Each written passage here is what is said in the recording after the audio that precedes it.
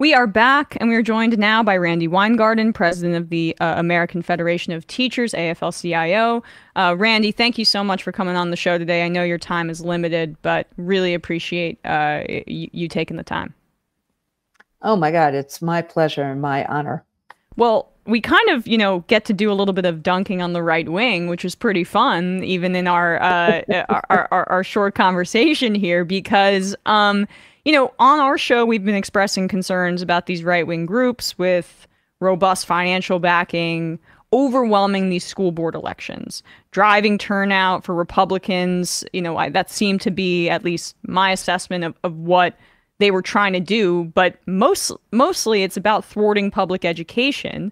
But the early numbers seem to indicate that the groups like Moms for Liberty and the 1776 Project actually failed pretty miserably. So what's your take on some of the results that we've seen in these groups' efforts? Parents want their kids to get a decent education. They want public schools to work, and they're tired of people pitting and dividing educators and themselves and hurting kids. So when you start with the first thing you start with is let's forbid this, or let's ban that, or let's, require gobs and gobs and gobs of paperwork, or let's, call our teachers names. None of that is about teaching and learning. And it's particularly not about teaching and learning during the period right after COVID, when you have to help kids develop resilience and a sense of relationships again, and community and connection. And you want kids to come back to school and enjoy school in a safe and welcoming environment and having well-rounded education. So the things that we're trying to do for schooling, these groups like Moms for Liberty, that Southern Poverty Law Center calls an extremist or a hate group, 1776 Project, they're all about the extreme and the divide, when we have to be about the welcoming and safe environment and well-rounded education. So I think what essentially happened was groups around the country, small mom, dad groups, teachers with their unions, they basically got together with candidates that said, oh, no, we want to focus on basics. We want to focus on education, getting our kids to want to be back in schools, making sure that our kids are safe and welcome and having a great time in school and having a well-rounded education. I think it's as simple as that. Yeah. I mean, the numbers are pretty staggering that I saw that your union, the American Federation of Teachers, put out, essentially saying that Moms for Liberty, the 1776 Project, lost around 70% of their endorsed races. What's your view of that, I guess, from 30,000 feet, of why those losses, happened, I guess, from the dynamic of like how much people value their public education? So they just, again, it's a matter of the people on the ground, because school board races are not won from 37 feet above.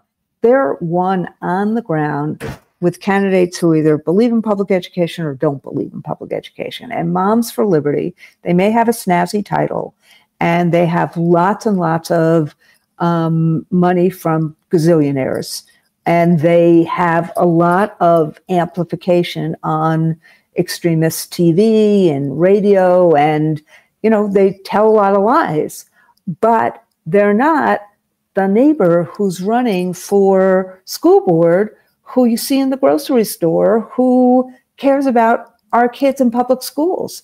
So when you add all of it up, we looked at, and we're involved in about 250 races across the country. There's 30,000 school board races.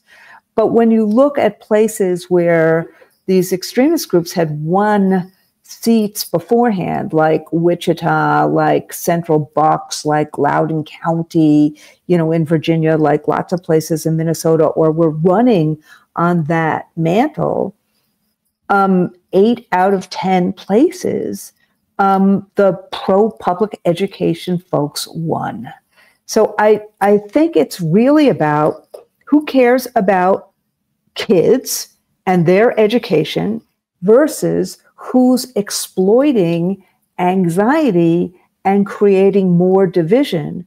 And I think the through line became just look at the censoring of history and the issues around book banning. For every parent that may want a book banned, there are many parents that say, wait a second, that's my decision. Don't take that decision out of my hands by banning a book, by stopping it from being in the library. You're taking it out of my hands. So I think it's just a matter of once we understood what was going on, that this was a political gimmick and this was trying to create more division and chaos, people said, no, I want to really focus on helping kids, not on exploiting anxiety. And that's why I think we won. You're talking really about the real parental rights, right? Correct. As opposed to the cynical cries for parental rights that you hear from these groups. And often that's just a way to go after teachers one by one and make them feel like they're walking some sort of tightrope politically. Exactly. Think about it this way. Yeah. 60% of the book banning in Florida is done by 11 people. Right. Remember that big issue around Amanda Gorman's poem in Miami-Dade. The person who requested the ban hadn't even read the poem. It's a political gimmick to try to get books out of schools. And so people, parents have to be involved in schools. Teachers have to be involved in schools. Many times, neither has their voices heard enough. But there should be those processes. That's why you have an elected school board and you have school board meetings.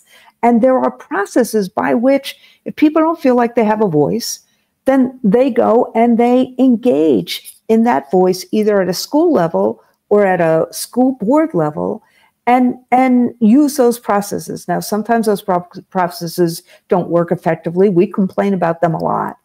But that's really different than saying there should be a ban or you shouldn't teach slavery. And that's what I think the difference was. Parents said, wait a second, this is not what I bargained for. This is not what I want for my kids. I want my kids to have a well-rounded education. Lastly, before I let you go, with all of this kind of stewing with luckily there have been these losses, but the kind of precarity of these well-funded right-wing campaigns to go after school boards and with post-COVID, how are teachers doing generally? The 1.7 plus million teachers that are in your union?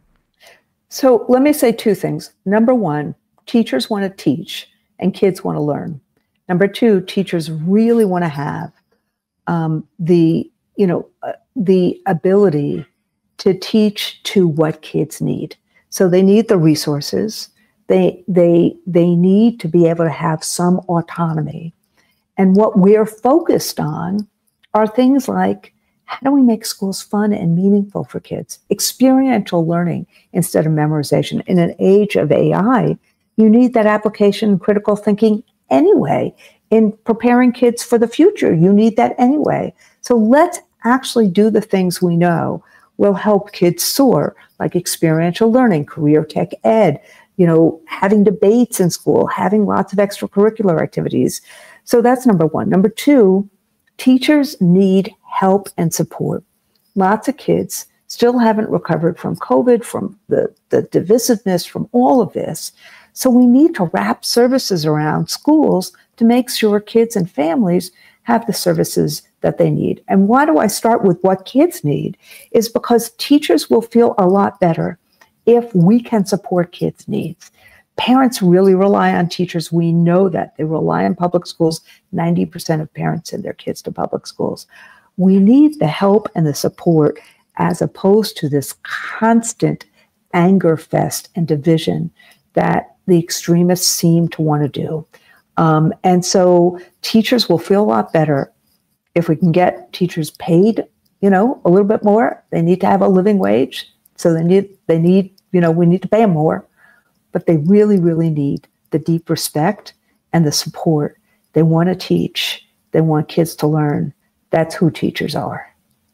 Teachers are heroes. Randi Weingarten, president of the American Federation of Teachers, AFL-CIO. Thank you so much for your time today. Really appreciate it. Thank you.